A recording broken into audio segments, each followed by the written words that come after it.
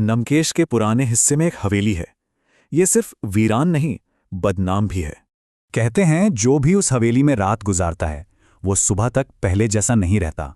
अब इसी अफवाह की सच्चाई जानने एक यूट्यूबर आरफ अपने दोस्त निखिल के साथ वहां पहुंच गया। और जैसे ही वो पास पहुंचे, हवेली का भारी भरकम गेट अपने आप चर्र की आवाज के साथ खुल गया। अंदर पहला कदम रखते ही आरफ का कैमरा अचानक बुरी तरह से फ्लिकर करने लगा। हवा में अजीब सड़न की बदबू, दीवालों पर लंबी खरोंचें और अचानक ठंड बढ़ गई। और उस खामोशी में ऊपर की मंजिल से एक आवाज आई, ठक ठक ठक। निखिल ने घबराकर पूछा, कोई है ऊपर? और आवाज एकदम बंद हो गई। वो ऊपर पहुंचे। लंबे अंधेरे गलियारे के आखिर में एक दरवाजा थोड़ा सा खुला हुआ था। आरव ने अपनी आंखों से देखा, गलियारा बिल्कुल खाली था, मतलब वहां कोई नहीं था।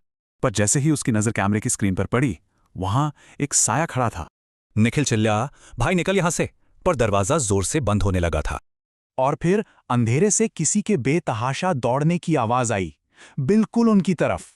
वो एक कमरे में छिपे तभी आरफ के कान के पास किसी ने फुसफुसाया, तुम यहां क्यों आए? फिर दरवाजे पर जोर जोर से कोई पीटने लगा, थड़ाम थड़ाम। और फिर अचानक सब शांत। बाहर गलियारा खाली था, पर गीले पैरों के निशान कमरे के अंदर थे, बाहर नहीं। अचानक निखिल एकदम सन्न रह गया। उसकी आंखें फटी की फटी रह गईं। वो छत को देख रहा था। आरव ने ऊपर देखा। छत से कोई उल्टा लटका था, जिसकी मुस्कान कान तक फैली थी। वो बस भागे जान बचाकर। अगली सुबह आरव ने कांपते हाथों से कैमरे की फुटेज चेक की। फुटेज में दिखा निखिल भागा ही नहीं, वो वहीं खड़ा रहा, कैमरे की तरफ मुड़ा और मुस्कुराया। और तभी ठीक उसके पीछे से एक आवाज आई, क्या देख रहे हो? वो निखिल था, उसी मुस्कान के साथ, पर उसकी आंखें पूरी तरह सफेद थीं। उस रात के बाद आरव का क्या हुआ कोई नहीं जानता। वो फिर कभी नहीं दिखा।